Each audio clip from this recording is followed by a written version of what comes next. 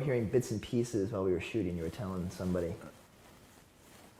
I'm trying to remember the first contact, but I think it was just through an agent like that. They said, John Malkovich turned this down, so this is still available. You know, and I was in Chicago at the time, and there was a real draw from Chicago for Chicago actors, you know. And I had been doing a bunch of John's stuff because John was off doing movies, and I was there at Steppenwolf. So I did a few roles that typically at Steppenwolf that would, you know, historically been John Malkovich roles. So I was a poor man's John Malkovich in Chicago for a little while. That's great. Yeah. Not a bad place to be, though. Yeah, and he didn't want to do the part, so I said, I'll do it. Why didn't you want to do it? I don't know. Yeah. But that's what I heard. You never know that. But I went in and I met Jonathan, didn't read, just had a little talk with him in Chicago. And then they flew me to New York, and I went there and I read with Brooke. Brooke read Jodie's part, and I got cast there in the room, which was pretty cool. You know, Right there? Right there. It was like, wow. yeah, you do it. Yeah, it was cool. Was it the way that we wound up seeing it on screen? Pretty much, yeah. I think it was better. I think the audition was better because I mean that's why I end up playing a lot of nuts because I get into these auditions and I get nervous, so I get crazy. You know, it was like he's scary. Yeah, no, he's scared. That's no, that's part. That's I think part of the reasons I played a lot of nut jobs when I was because I'd get kind of tense and withdrawn and shit in auditions, but then you know worked for me. So yeah. what the hell. Yeah. I like that. I feel like you're suppressing something. Maybe something. Going on. I don't know. Back then. I mean, you just remind me of Danny Goldring's audition, by the way, where he was much more nuts in the audition. Yeah. And he scaled back a little for the part. I mean, it seemed like maybe I'm wrong about that, but He was I never met Danny Goldring. He came in to read for Proctor, and it was a terrifying. Cool. he was Reading, over, yeah. He was over. Well, that's when you sent me the footage. The thing I sent back was, I'm fucking terrified, and I didn't even know that you guys were thinking Yeah. the same thing. I just casting. Yeah. Cool. Did you find yourself having trouble though, like distancing yourself from that part at all? Because people associate you with the Silence of the Lambs? yeah for a while, anyways. Or Yeah, and still every once in a while. I mean, I've grown to accept it, but I've done enough work since then, I think, Yeah. you know, to distance myself from that. but were you getting typecast for a while? Oh yeah, immediately big time, after, for a just- while after that, yeah. all the- So I took I've said in interviews before, I mean, Jennifer, fuck's her name? Now you're gonna have to cut this out because I'm having a senior moment. Whatever, I did a movie called Georgia. And Jennifer Jason Leigh was Georgia, and I was to play. Jennifer played Sadie, and she was Georgia's sister, Georgia Mayor Winningham. I was going to play. I auditioned for Mayor's husband, who was this like dad. You know, he was a stay-at-home dad. His wife was famous and shit, and he stayed at home to take care of the kids and all that. And he was a cool guy, based on a real guy.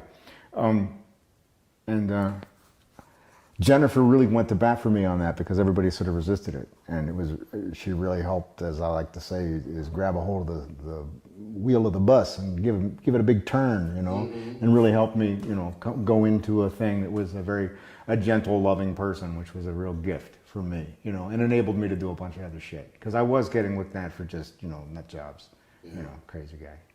Is that good and bad? I mean, on one hand, so many people are probably thinking of you and considering you when they're casting for some. So did it open a lot of opportunities for roles like that, while also, you know, kind of making A lot of shitty spin-off things that were just sort of trying to capitalize on that same deal. I mean, there was, you know, and so I just sort of, there's a lot of projects that I just, you know, read a few pages and had to turn down. Yeah. And say who, you know, I mean, just, it was sad because I like to read a script, but I'd get, you know, hurt because I'd look and I'd go, okay, yeah, this guy, yeah, oh, okay, see that, you know, and I just like shut it down, wouldn't read the script because it depressed me, you know, because that's what I was looking at. So, but that's done with. So, How did you prepare for that role? Was there any kind of?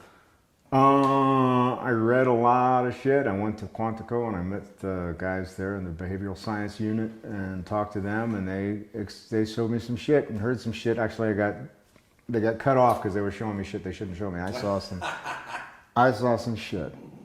Yeah, wasn't good. Yeah, and heard some tapes, you know, of people that did horrible fucking things, you know, for real. And there was that. So there was that evil side to him, but I sort of wanted to find out a little bit more about the human side of him. So I checked out the transgender idea, you know, I went to a club in Chicago called Levine where boys would dress up like girls. I mean, these were guys that were female impersonators with breasts and so forth, but the intention that nobody had surgery. They weren't like being women. They were boys who impersonated. There's all kinds of varying levels of gray in human sexuality, and I think particularly male human sexuality.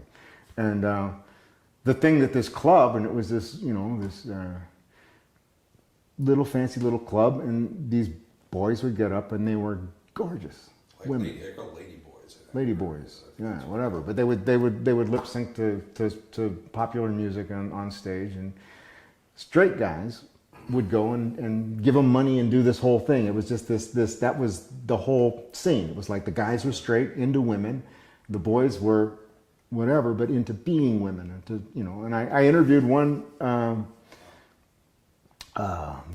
beautiful little boy gal, whatever, and had a drink. And I asked her, I said, why do you do this? You know, I'm just curious, you know. And I was standoffish, and she was like, well, you know, you want a date or what's going on? And I'm like, no, I'm just buying you a drink. I want to talk to you about it. And got a few drinks into him, and she said, you know, as a woman, I am a hot Latina mama. As a man, I'm a punk ass Puerto Rican. And there was kind of, it was about the insight there. It was power, you know, to possess the, you know, that power that women have.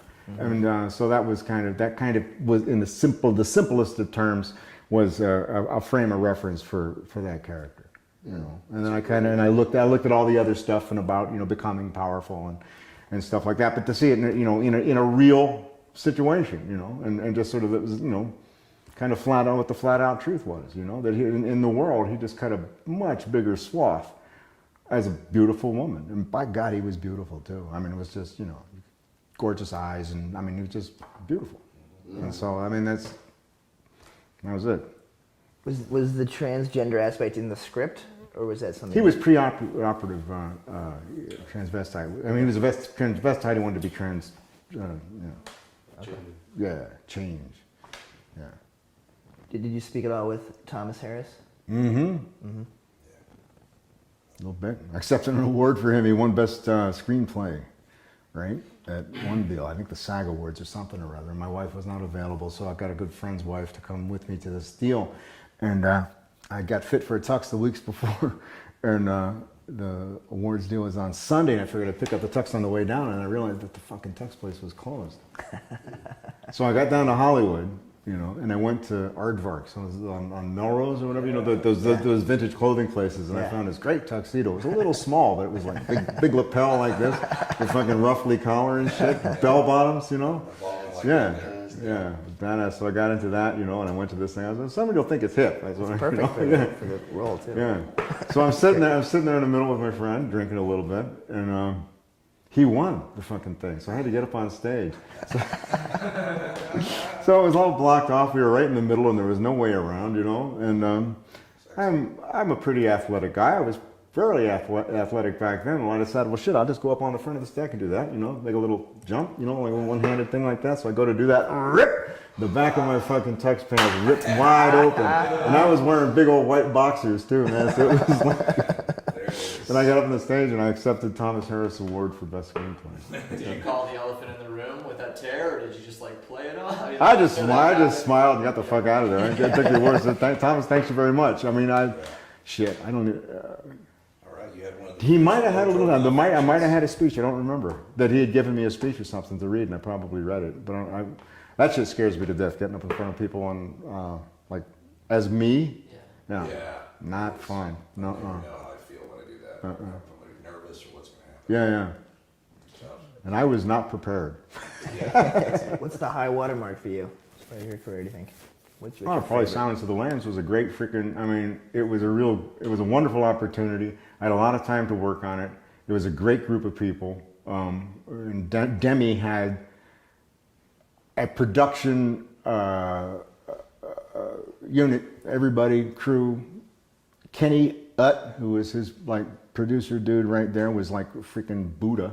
I mean, he was just, and Orion Pictures was kind of going bankrupt, I think. So they were just throwing money at it. They didn't care. They were sort of out the door, and they were. And it was kind of it was a recipe for success. And I think that but it was Jonathan number one, but his approach to the material, because he's this very positive up kind of guy, and this material is just insanely dark. That he was able to take it and make this incredible mix. It was a great movie. It was a great experience, and it was the people and the way the people supported each other during the process. Yeah. And it was Demi at the center of it, but the way the people he assembled around him and the way they worked for him was made it magical. And the script obviously was great. And, Yeah. So that was like a high point, I guess, as far as film is concerned.